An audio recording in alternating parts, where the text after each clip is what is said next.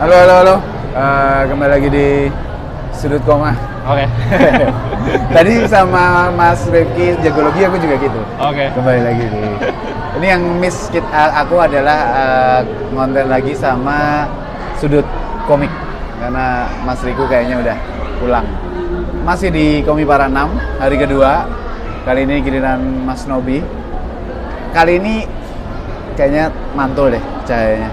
Kali ini Mas Nobi ngomong tanpa ada editan kayak di Sudut Koma.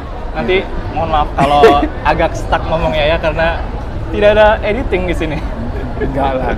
Nah, Nob, Oke. ini kan kamu hampir rutin ya ke event Komipara ya. Iya. Kalau di luar ini event komik lainnya datang nggak? Kamu pernah datang nggak? Kebetulan belum pernah. Ini tuh Belum pernah. kayak event komik spesifik tuh juga sedikit juga kan sebenarnya. Betul. Dan belum pernah datang sih. Kan ada Komifuro, ada Peskom. Iya. Nah, tapi di konten-kontennya Sudut Koma itu yang kamu datengin kan bukan event ya, tapi lebih ke pameran buku Iya. gitu kan. Karena memang Sudut Koma itu spektrumnya buku dan komik-komik kan termasuk buku. Iya. Jadi beliau novel sama buku bacaan non fiksinya juga kenceng gitu loh. Itu kayaknya perlu ditekanin juga sih Mas karena takutnya tuh udah muncul di ruang ngobrol nih ekspektasinya orang-orang tuh bahas komik juga nih banyak. Tapi Enggak, kan ada. Cuman nggak sededicated Ya, teman-teman lain kan. betul. Takutnya tuh ekspektasinya Betul. kayak wah gitu. Padahal Iya. Nah, sebaliknya di ruang ngobrol tuh kalau novel sama light novel ada, tapi non fiksinya nggak ada. Iya. Aku pengen banget bahas non fiksi, tapi emang nggak ada partnernya. Daris tuh nggak baca non fiksi dia. Oke, Emang kayak gitu. Tapi kalau novel dia baca, tapi kayaknya spektrum novelmu sama novelnya Daris kayaknya berbeda. Aku penggemar berat, bukan penggemar berat ya. Aku ngikutin sama kayak kamu Dan Brown. Oh iya. Ngikutin sama Neil Gaiman. Oke, aku belum baca tuh. Aku membacanya Neil Gaiman gitu. Nah, tapi sejauh ini Sudut Koma berapa? 2 tahun? 3 tahun? Kayaknya baru mulai rutin tuh. Kalau mulainya tuh dari 2022. Wow, oke. Tapi baru rutin kayaknya tahun 2024. Berarti hampir 2 tahun mungkin ya? Mungkin Iya, 2 tahun lebih lah. Yang secara continue-nya Iya. gitu. Nah, tadinya memang aku nontonin konten-konten Sudut Koma itu kan memang buku. Iya. Kebanyakan buku. Waktu itu belum menginjak kamu tuh belum bahas non fiksi pada saat itu. Masih Oke. fiksi gitu. Iya. Terus kemudian non fiksi, terus kemudian ada komik, terus mulai rutin komik, terus kita beberapa kali ketemu di Komipara. Iya. Emang dari dulu komik tuh hanya sebagai bacaan selingan kah buat kamu, Nob? Terus kemudian kok dunia komiknya makin gede nih dan aku masih suka sama komik, terus udahlah aku sekalian nyemplung atau gimana? Sebenarnya aku tuh tipe-tipe pembaca yang nggak punya spesifik genre bacaan yang disuka. Kadang tuh ada teman-teman bookstagram atau booktuber lain yang kayak spesifik satu genre, kayak fantasy ataupun buku-buku non fiksi mungkin. Oke. Nah, aku tuh dari kecil nggak pernah baca yang spesifik satu genre aja. Dari dulu tuh buku cerita anak juga aku baca, komik aku baca, kemudian komik juga komik Jepang beberapa sih. Terus komik lokal, ada buku fiksi, non fiksi itu semuanya aku baca. Jadi kayak memang nggak pernah melimitasi aja. Oke. Maka dari itu di Sudut Koma ini tuh memang sesimpel platform aku buat sharing bacaan yang udah aku baca, dan karena bacaanku tuh bervariasi tadi dan salah satunya komik lokal, akhirnya ya bahas komik lokal juga, plus juga beberapa tahun terakhir tuh kayak komik lokal exciting banget kan. Hidup banget. Iya, hidup banget gitu, banyak judul-judul baru yang keren-keren juga, jadinya kayak banyak bahan yang buat dibahas juga. Oke. Nah, berarti tujuan awalnya bikin kanal untuk pribadi ya. Pribadi itu dalam artian, aku suka baca ini, aku pengen nyampein ini ke orang. Oke, iya. Kayak gitu. Memang seperti itu karena kayak bener-bener project iseng-iseng gitu loh. Nggak ada yang ekspektasi gimana-gimana, lebih ke aku nge-share yang udah aku baca aja, karena aku tuh tumbuh dan besar di lingkungan yang nggak banyak pembaca, bahkan nggak ada. Jadi aku sendirian gitu loh, Mas. Dan hobiku yang lain tuh rata-rata punya output, misal kayak nonton film, aku suka, dan setelah aku selesai nonton film biasanya bisa diskusi sama temen Iya. atau sama keluarga aku karena mereka juga suka nonton film. Oke. Kemudian suka gambar, itu juga teman-temanku di kafe juga banyak, jadi bisa sharing-sharing. Nah, hobi aku baca buku Buku. tuh nggak ada outputnya karena aku nggak punya waktu kecil ya, nggak punya temen yang dibaca juga, jadinya kayak kalau nggak punya temen IRL yang baca buku ya udah kenapa aku nggak coba online gitu. Dan sekarang sih punya banyak temen yang suka baca buku online ya. Online. Kalau di Jogja kan ada beberapa komunitas Iya, buku. baca. Iya. Di luar kalau Nobi kan tergabung di BKL juga baca komik lokal enggak? Iya. Iya kan? Iya. Itu baca komik lokal di yang Jogja ya. Jogja karena di Solo nggak ada. Gitu. Nah, tapi di Jogja juga banyak komunitas buku. Tapi tadi pertanyaanku sebenarnya mau mengarah ke kan pembaca buku itu jauh lebih established ya daripada pembaca komik. Iya. Kan gitu kan. Tapi itu pun dari dulu kamu kebetulannya di tempat yang secara fisik kamu hidup itu nggak ada, kebetulannya kayak gitu Iya. berarti ya. Oke, karena memang seru. Istriku tuh sekarang lagi menggandrungi baca buku non fiksi. Oke. Lagi menggandrungi. Kalau aku sejak di penerbitan, aku 6 tahun di penerbitan tuh emang dipaksa untuk baca buku kan, sehingga multiple genre atau spektrumnya luas sekali bacaan. Dimakan tuh. semua. Harus dimakan karena Harus. kalau nggak dimakan saya dipecat. Iya, nggak kerja nanti. Gitu. Jadi apa namanya, sekarang tuh aku kayak istriku habis baca terus ada diskusinya dikit karena ternyata bagi dia juga ini dia itu mengamati di internet, dapat informasi dari berbagai threads dari macam-macam itu bahwa baca buku tuh kadang atau seringkali orang tuh baca sampai selesai tapi nggak nangkep. Oh iya. Nggak paham ini tuh maksudnya apa, terutama non fiksi ya. Iya, Gitu. iya. Ini tuh maksudnya. Nah, itu tuh ternyata ada orang-orang yang butuh mencatat ulang, ada orang-orang yang butuh menerapkan itu, ada orang-orang yang butuh ngobrol sama orang-orang. Kamu ngalamin itu nggak? Atau mungkin ada yang kamu ngelihat bahwa ada orang yang ngalamin itu? Kalau ngelihat sih pastinya ada banyak teman-teman juga yang kayak aku udah selesai baca dan udah bahas bukunya, terus kayak mereka, aku udah baca ini atau udah pernah nyoba ini tapi kayak nggak selesai karena nggak nangkep. Gitu. Oke. Kalau aku sendiri sih belum pernah ya karena apa ya, so far tuh milih bahan bacaan tuh masuk semua. Spektrummu? Iya, aku tahu aku tahu aku sukanya apa dan itu yang aku beli dan baca. Kalau buku kamu tahu kayak gitu. Kalau komik udah punya spektrum itu belum? Punya. Punya juga. Oke, artinya yang udah targetmu tuh adalah yang temanya gini. Iya. Oke. Ada kayak semacam apa ya, aspek-aspek dari sebuah buku atau dalam ceritanya atau dari artnya yang at least aku ke hook di situ gitu. Dan setelah aku nemu hook tadi, aku beli dan baca gitu. Jadi belum ada yang kayak random beli terus nyoba baca terus nggak suka, enggak, karena aku juga nggak sekaya itu ya. Jadi kayak beli buku juga selektif, buku mahal guys. Iya betul. Tolong pemerintah didengarkan. Disubsidi kertasnya, tolong. Nah, soalnya aku juga dapat dari kamu dari sudut koma adalah kamu itu salah satu spektrumnya buku-buku atau cerita-cerita yang mundane istilahnya, sering kamu bilang kayak gitu. Dan itu tuh di luar aku sekali, sangat Daris mungkin masih ada irisannya. Satu komik lokal yang membuat kamu sampai wah ini gila sih, ini ada beberapa memang, tapi satu komik lokal yang membuatmu seperti itu tuh yang aku notice banget adalah punya Mato apa di waktu ini. Nah itu tuh salah satunya. Kalau soal produk mah nggak usah kita tanyain, emang produknya bagus. Mato mah emang jempolan. Aku kenal Mato dari 2010 lah, udah tahu dia gitu. Nah tapi apa yang membuatmu ngerasa atau ngehook hal-hal semacam itu? Apakah yang action itu tidak, mengingat Dan Brown itu meskipun tidak action tapi thrillingnya ada? Iya gitu. Nah itu tuh apa? Karena novel-novelmu Laut Bercerita segala macam itu tuh, atau apalagi punyanya Pak Pramodia kalau nggak salah, ada juga. Kamu kan juga suka tuh kayak gitu. Nah kayak gitu tuh apa sih yang ini pertanyaan ini ya? Pertanyaan benar-benar dari orang yang nggak terpapar kayak gitu, tapi Oke. aku pengen tahu spektrum itu tuh apa istimewanya. Oke, yang manden-manden Iya, tadi gitu ya. iya. Oke. Dan mungkin manden tuh yang seperti apa sih? Oke, Sebenarnya. oke. Jadi aku tuh memang kalau ngomongin genre tadi, aku nggak punya genre spesifik. Tapi kalau ngomongin preferensi, aku punya. Aku lebih cenderung suka sama cerita-cerita yang manden tadi. Manden tuh maksudnya kayak cerita yang lebih grounded, yang keseharian aja.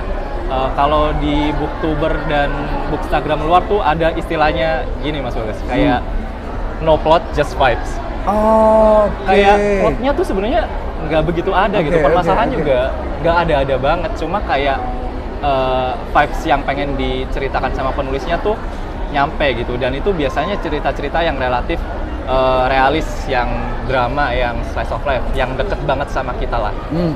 Bukannya aku nggak suka sama cerita-cerita yang kayak besar gitu ya, yang harus ada plot twist atau apa. Karena kamu suka juga Dune. Iya. Suka juga.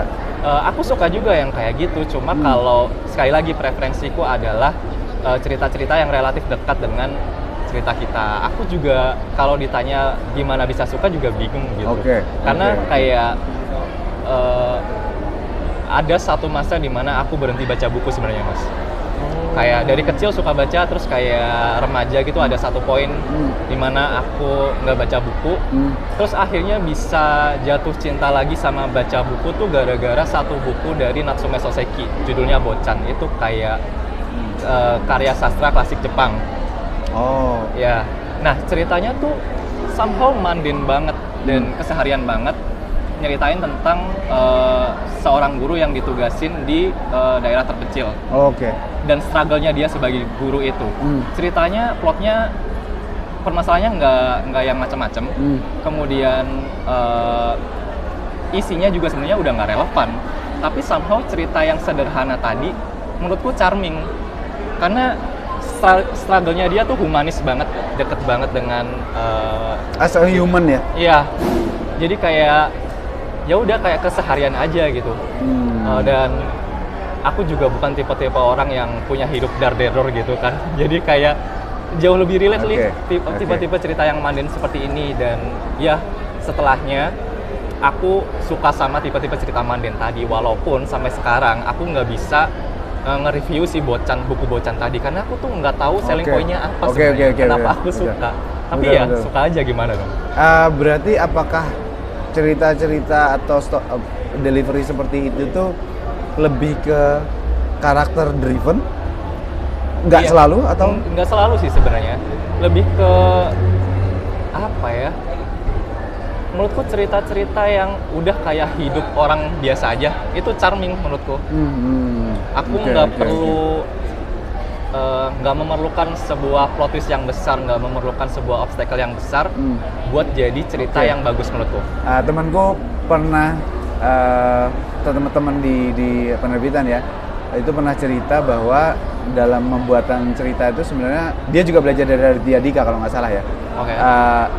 Apa namanya, sesederhana Bagas mau dari Jogja harus segera pergi ke Solo karena dia dapat kabar bahwa istrinya sudah mau melahirkan, sehingga dia harus secepat mungkin ke Solo.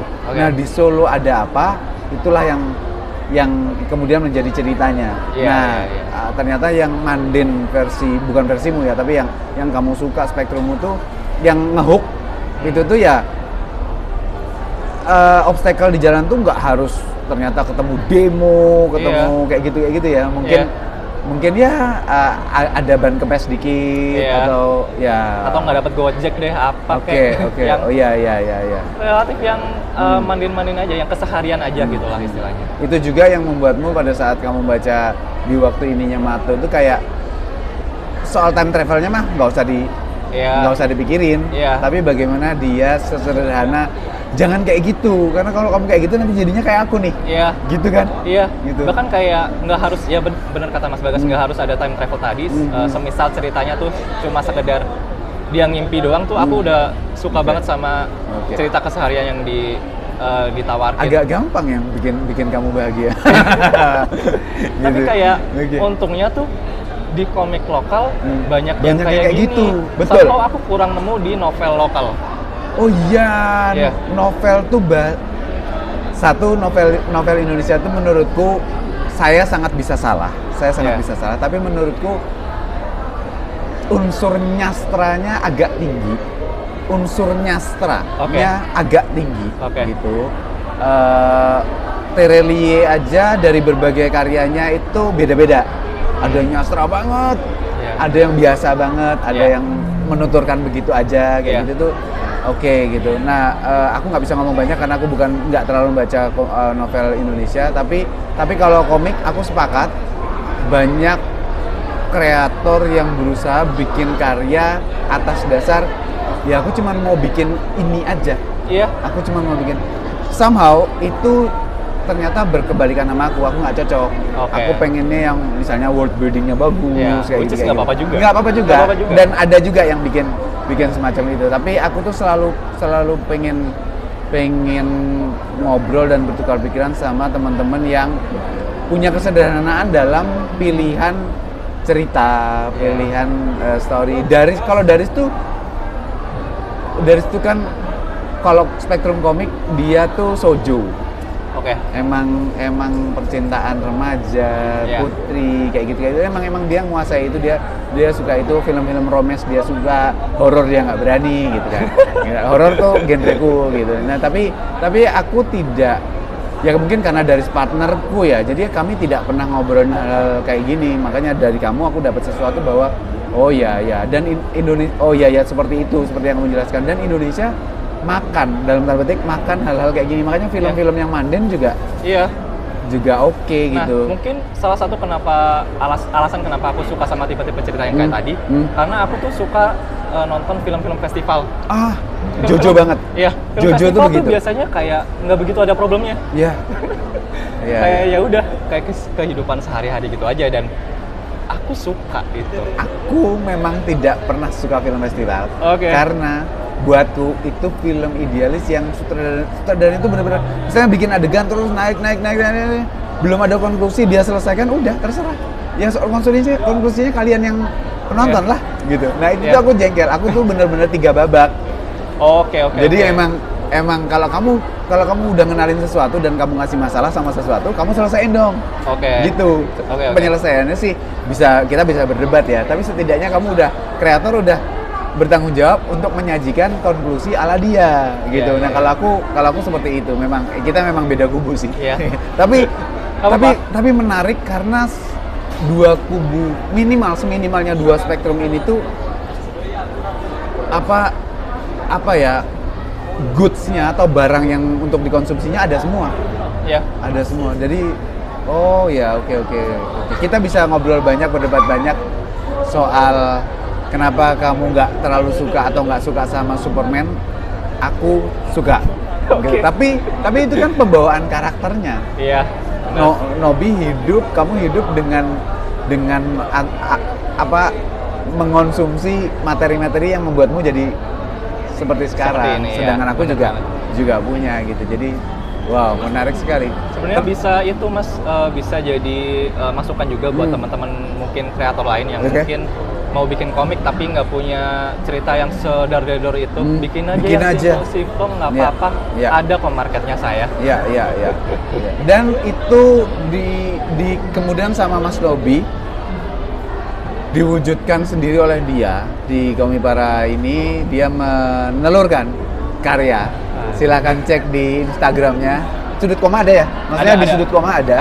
Gitu. Nah, kalau kalian mau tahu, pengen kenal lebih dekat sama Mas Nobi ya, itu salah satu perwujudan komiknya beliau ini adalah apa yang dia omongin dari tadi ini.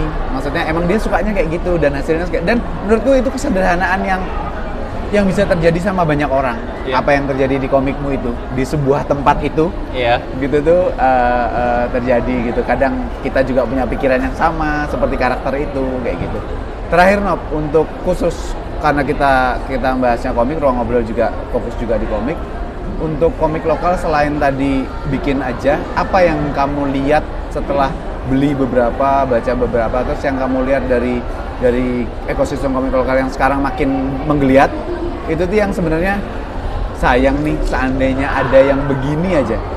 mungkin lebih bagus sedikit, mungkin lebih enak sedikit. Dan ini terserah ya, mau spektrumnya kita sebagai pewarta, atau kemudian kreatornya, atau kemudian eventnya, atau kemudian produknya, insight apa yang kamu dapetin? Aku boleh yang spesifik banget nggak? Nggak apa-apa. Tadi siapa, Rifki juga nyampein. Kang Rifki juga? Nyampein kok. Kalau aku ya, untuk sekarang yang jadi concern aku sama komik lokal tuh aksesibilitas. Oke. Banyak banget komik bagus di event, banyak banget komik bagus yang teman-teman reviewer bahas, tapi aksesnya tuh nggak semudah itu. Ternyata nggak semudah itu. Walaupun dengan adanya Kuratorus sangat terbantu ya, tapi bener-bener kayak nggak semua komik masuk ke situ juga, which is nggak apa-apa juga sebenarnya. Udah ada Kuratorus tuh sangat membantu banget. Tapi banyak sekali poin di mana kayak perjalanan aku sebagai punya project Sudut Koma ini ya, karena bahasanku banyak, jadi audiensku tuh juga bervariatif. Ada yang memang pembaca komik, ada yang pembaca buku-buku gitu. Nah, beberapa kali aku bahas komik-komik lokal, sebenarnya udah banyak banget teman-teman pembaca buku-buku novel gitu yang belum pernah baca komik sebelumnya, itu tertarik sama komik lokal. Tapi waktu nyari komiknya nggak ada. Betul. Ini tadi pun aku dititipin sama ada beberapa temenku lah. Dia tuh suka banget sama Motherhood. Motherhood dari teman-teman komikus besar para cewek itulah Indonesia itu karena memang bagus banget. Betul. Dia kayak nggak pernah baca komik lokal dan pengen baca, tapi udah aku bantu sampai datang ke event pun produknya udah nggak ada gitu. Terus kayak banyak banget lah teman-teman bener-bener belum pernah baca komik lokal dan udah mau tertarik nih, tapi aksesnya kurang gitu. Nah itu juga itu kenyataan di lapangan yang jangankan kita bisa bantu, kreatornya sendiri mungkin kesulitan, karena mungkin emang udah kan ada ya kreator-kreator atau circle kreator yang memang memplot bahwa ini kita maaf Kak, emang cetaknya tuh emang cuma 200 gitu. Nah kayak gitu lagi. Betul. Nah itu faktornya banyak. Ada masalah budget, ada masalah moodnya, maksudnya growth-nya udah bukan di situ lagi. Growth-nya di karya yang lebih. Jadi itu tuh udah dianggap karya lalu yang udah tutup buku gitu. Jadi sedangkan yang kami sampaikan di di media kami sendiri itu kadang-kadang emang barang lama. Dan kita suka aja gitu. Jadi mohon maaf. Tapi mudah-mudahan teman-teman kreator yang nonton ini juga mempertimbangkan bahwa kemungkinan besar semakin berkembangnya informasi dari kita atau nanti banyak channel lain yang bertumbuh gitu. IP atau judul mereka, kreasi mereka tuh makin banyak yang tahu dan ada aja yang sebetulnya pengen. Karena tuh sebenarnya komik lokal sekarang yang paling exciting tuh di skena indinya. Dan skena indie bakal susah aksesnya. Itu poinnya sih. Karena kalau mungkin kalau mereka tertariknya komik-komik major, aku bisa langsung arahin ke Gramedia gitu kan. Gampang banget, Gramedia banyak. Tapi kalau masalahnya teman-temanku yang belum pernah baca komik lokal dan finally tertarik ini tuh sukanya sama yang indie-indie ini dan aksesnya nggak semudah itu. Kalau memang ada di Kuratoru pasti langsung aku arahin ke sana. Tapi kalau memang nggak ada ya mungkin bisa aku bantu waktu datang ke event, tapi nggak janji juga. Nggak janji, betul. Nah Kuratoru sendiri namanya aja kurator, berarti kurasinya dari Daris. Belum tentu yang kamu atau orang-orang yang punya spektrum sama kayak kamu juga dari suka, kan belum tentu banget juga gitu. Dan belum tentu juga kreatornya mau komiknya dititipin. Itu juga. Gitu. Karena aku juga pernah dikasih tahu Mas Daris kayaknya, kayak ada yang nyari komik apa gitu, tapi komikusnya nggak nitipin itu ke Kuratoru, jadi ya mau gimana. Oke. Itu insight yang menarik. Kenyataan sekali lagi gitu, dan kami tidak tahu solusinya seperti apa. Gitu dia. Oke, kayaknya ada lagi? Dari aku sih cukup sih. Aku itu aja. Oke, thank you banget Nop, udah ngobrol-ngobrol. Siap, sama-sama. Mudah-mudahan next time bisa kolaborasi lagi untuk bentuk-bentuk lainnya. Gitu. Iya, Thank siap. you. Sampai ketemu. Bye. Bye.